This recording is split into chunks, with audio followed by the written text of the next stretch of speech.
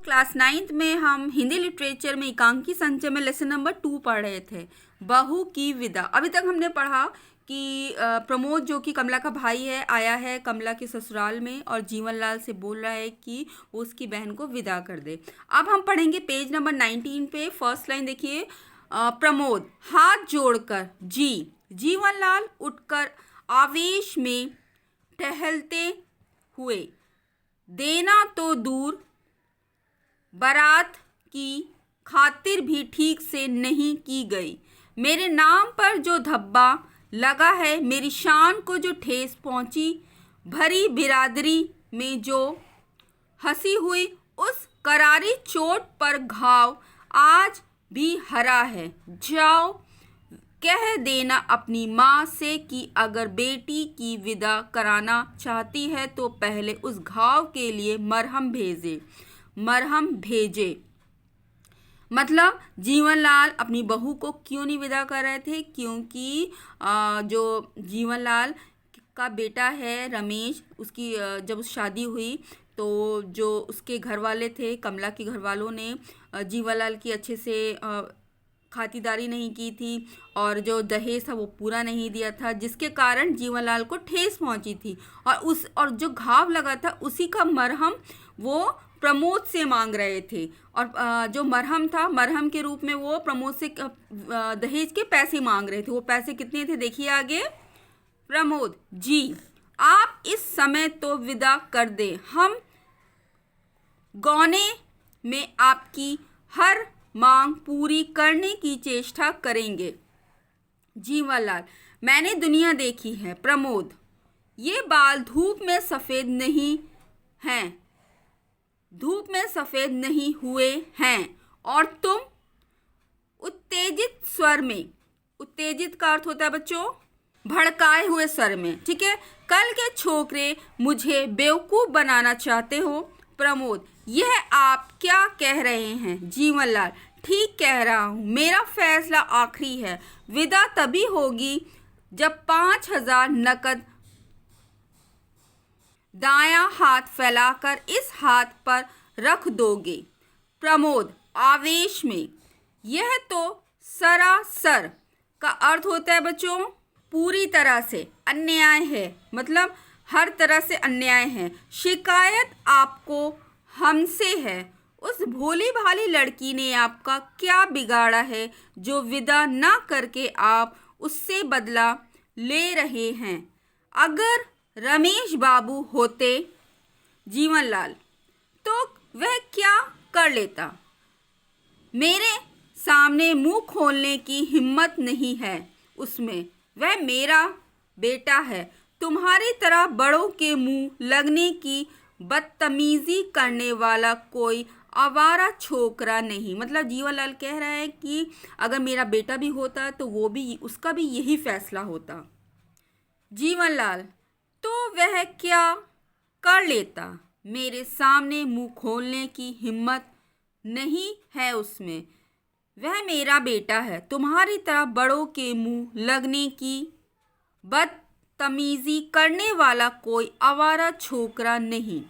प्रमोद अपमान से तिल मिलाकर, बाबूजी बेटी वाला समझकर ही आप मेरा अपमान कर रहे हैं। किंतु यह ना भूलिए कि आप भी बेटी वाले हैं। जीवनलाल हाँ, हम भी बेटी वाले हैं, लेकिन तुम्हारी तरह नहीं। पिछले महीने हमने भी अपनी गौरी की शादी की है। वह खातिरदारी की बारात वाले दंग रह गए। दंग रह गए का अर्थ होता है बच्चों हैरान रह गए। मतलब यहाँ जो गौरी है किसकी बेटी है? जीवनलाल की। और जीवनलाल उसके बारे में बता रहा है कि जो हमने अपनी बेटी की शादी की तो हमने इतना दहेज दिया और बारातियों की इतनी अच्छी खातिरदारी की कि सब लोग दंग रह गए, सब हैरान रह गए। इतना दहेज दिया कि देखने वालों ने दांतों तले उंगली दबा ली। यह एक मुहावरा है बच्चों, ठीक है, कि मतलब सबको बहुत आश्चर्य हुआ। दर्द मिश्रित आवेश, तुम मेरी बराबरी करोगे?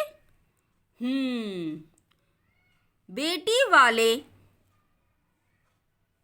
वाले वाले होकर भी हमारी मूंछ ऊंची है, समझे?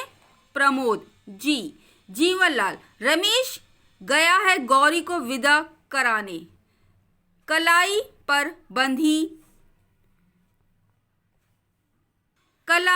बंधी घड़ी देखकर कुछ देर में उसे लेकर आता ही होगा। मेरी बेटी पहला सावन यहाँ बिताएगी। तुम्हारी बहन के सपने कभी पूरे नहीं होंगे और उसके सपनों के खून का दाग तुम्हारे हाथों और तुम्हारी माँ के आंचल पर होगा, समझे? ये कौन कह रहा है बच्चों? ये जीवनलाल कह रहा है। किससे कह रहा है? प्रमोद से कह रहा है। ये सब जो उसकी बातें हैं, उसके जो मन का जो भड़ास है वो प्रमोद को बता रहा है, क्योंकि वो गुस्से में है, क्योंकि उसको पूरा दहेज नहीं मिला था। प्रमोद व्यंग से, जो हमारी बहन है क्या वह आपकी कोई नहीं है? जीवनलाल तेजी से, बेटी और बहू को एक ही तराजू पर तौलना चाहते हो? बेटी बेटी है और बहू बहू। ये कौन कह रहा है? जीवनलाल कह रहा है कि जो बेटी है बेटी होती है और बहू जो होता है बहू होती है, वो बहू होती है। प्रमोद, ठीक है, जब आप अपनी जिद पर अड़े हैं तो विनती करना व्यर्थ है। रुक कर धीमे स्वर में, क्या जाने से पहले एक बार बहन से मिल सकता हूँ? जीवनलाल, जरूर, और हाँ, उसे यह भी बताते जाना कि अगली बार मेरे लिए मरहम लेकर विदा कराने कब आओगे?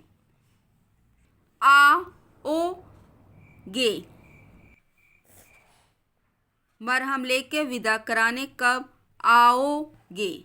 ऊंचे स्वर में, अरे सुनती हो गौरी की माँ, अरे सुनती हो गौरी की माँ, जरा बहू को भेज दो, अपने भाई से मिल ले आकर। सहज स्वर में, मैं तब तक देखूं कि माली के बच्चे ने झूला डाला या नहीं। माली के बच्चे ने झूला डाला या नहीं। द्वार की ओर बढ़ते हैं, द्वार का पर्दा हटा कर मुड़ते हुए, गौरी के लिए झूला डलवा रहा हूँ लॉन में। जीवनलाल का प्रस्थान। प्रमोद थका सा सोफे पर बैठ जाता है। अंदर से कमला आती है। चांद से सुंदर मुखड़े पर उदासी की घटा, हाथों में लाल चूड़ियां हैं, रेशमी साड़ी ब्लाउज पहने हैं। प्रमोद के पास जाकर चुपचाप खड़ी हो जाती है, सिर नीचा किए। प्रमोद भारी स्वर में, बैठ जाओ कमला। कमला पास ही बैठ जाती है। जीवनलाल, अच्छी तरह तो हो? कमला सिसकने लगती है। प्रमोद आर्द्र स्वर में, आर्द्र मीन्स होता है बच्चों। प्रमोद आर्द्र स्वर में मीन्स जो नमी का स्वर होता है, मतलब उदासी के स्वर में, द्रवित स्वर में। पागल मत बनो कमला, रो मत, मैं कहता हूँ रो मत। इन मोतियों का मूल्य समझने वाला यहाँ कोई नहीं है। पानी से पत्थर नहीं पिघल सकता।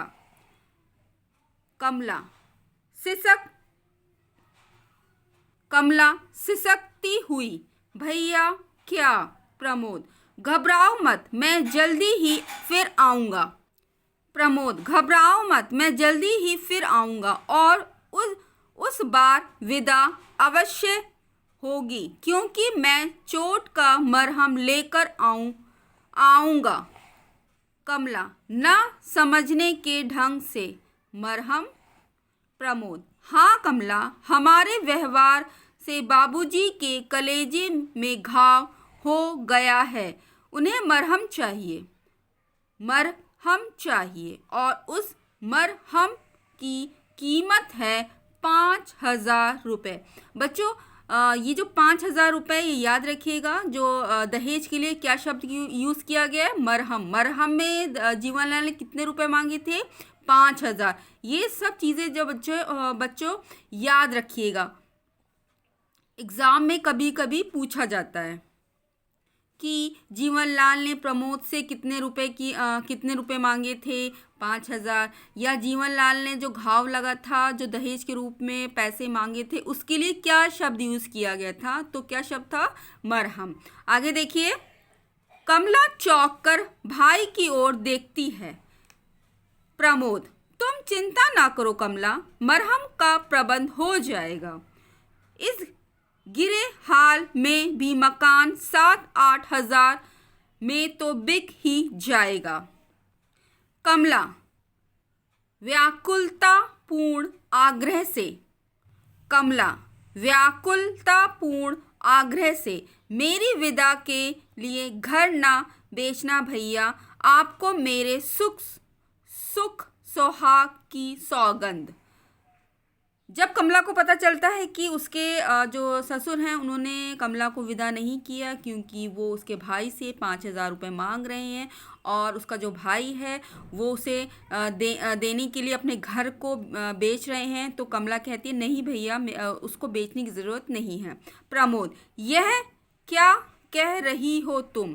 क्या तुम नहीं चाहती कि पहला सावन सखी सहेलियों के साथ माँ के घर बिताओ? ठीक है बच्चों, यहाँ पे प्रमोद अपनी बहन को बता रहा है कि तो तुम नहीं चाहती कि तुम पहला सावन अपने घर बिताओ, इसीलिए वो अपना घर बेच के कमला को विदा कराने की बात कह रहा है। अब इसके आगे नेक्स्ट वीडियो में पढ़ेंगे। Thank you.